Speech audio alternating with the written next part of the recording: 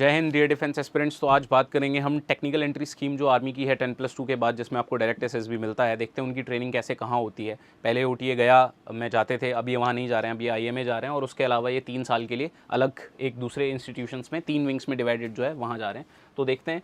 ये तो आपको पता है कि टीईएस जो है वो आपको आपके जेई के मेंस के स्कोर के बेसिस पे एसएसबी के लिए डायरेक्ट कॉल किया जाता है। फिर जब आप एसएसबी में रिकमेंड हो जाते हो उसके बाद आपको मेडिकल्स के लिए जाना होता है और फिर मेरिट के हिसाब से आपको यहाँ पे अलग अलग एकेडमीज़ में भेजा जाता है। तो देखते हैं सबसे पहले द कैडेट ट्रेनिंग विंग्स। तो यहाँ पे आपके कैडेट ट्रेनिंग विंग्स हैं। एक बार जब सेलेक्ट हो जाते हैं तो 90 कैडेट्स को 3 ग्रुप्स में डिवाइड कर दिया जाता है। एक है यहाँ पे CME, इसको कॉमनली बोलते हैं college of military engineering Pune.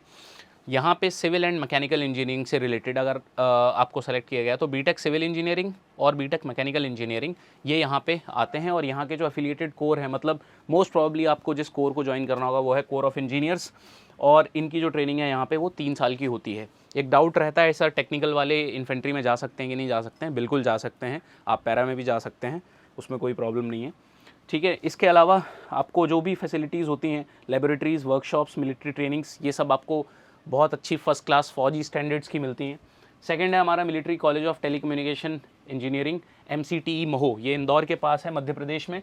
और महो में एक और इंडियन आर्मी का स्कूल है। आप बता सकते हैं मुझे कमेंट सेक्शन में क्या है इन्फेंट्री से रिलेटेड। यहाँ पे जो स्पेशलाइजेशन है वो है BTech IT, BTech telecommunications engineering. यहाँ के एफिलिएटेड कॉर्प्स हैं कोर ऑफ सिग्नल्स। आपको पता है कोर ऑफ सिग्नल्स जिनका काम होता है वॉर टाइम पे कम्युनिकेशन को इस्टेब्लिश करना। यहाँ पे आपकी 3 साल की ट्रेनिंग है। सेम फैसिलिटीज़ यहाँ पे भी हैं, simulation labs, research and opportunities, physical training. क्योंकि आपको ये पता तो होना ही चाहिए कि आप बीटेक इंजीनियरिंग करने के साथ साथ बेसिक मिलिट्री ट्रेनिंग भी ले रहे हो और आप यहाँ से pass out as an engineer भी होगे और एज अ लेफ्टिनेंट भी होगे। ठीक है। Then comes military college of electronics and mechanical engineering MCME Secunderabad. यहाँ पे कौन से कोर्सेज हैं? इलेक्ट्रॉनिक्स इंजीनियरिंग और BTech mechanical engineering. Affiliated corps EME, ठीक है, इसको शॉर्ट में EME बोलते हैं, corps of electronics and mechanical engineering. Duration 3 साल की है और सिमिलर फैसिलिटीज़ आपको यहाँ पे भी मिलती हैं, एडवांस लेबोरेटरीज, टेक्निकल वर्कशॉप्स और लीडरशिप डेवलपमेंट।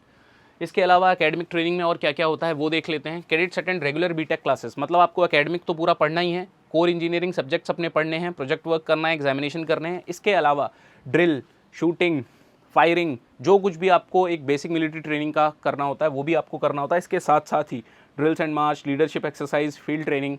सो ये तो हमने देख लिया टेक्निकल एंट्री स्कीम की ट्रेनिंग जो है वो कैसे होती है। आप हमारे जो प्रोग्राम्स हैं उनमें आप एनरोल कर सकते हैं, जहाँ पे हम आपको बोर्ड, NDA और जेई की प्रिपरेशन जो है वो एक टाइम पे कराते हैं। आपके सारे कॉन्सेप्ट्स को क्लियर किया जाता है, जिससे आपको दोनों अपॉर्चुनिटीज़ मिल जाती हैं। आप बोर्ड्स में भी अच्छा कर सकते हो, NDA भी क्लियर कर सकते हो और इसके साथ साथ जो आपके SSB के अटेम्प्ट्स हैं जो बिना रिटन के आपको मिल रहे हैं to join the technical entry scheme, वो भी प्रिपेयर कर सकते हो। So take care, all the best, जय हिंद।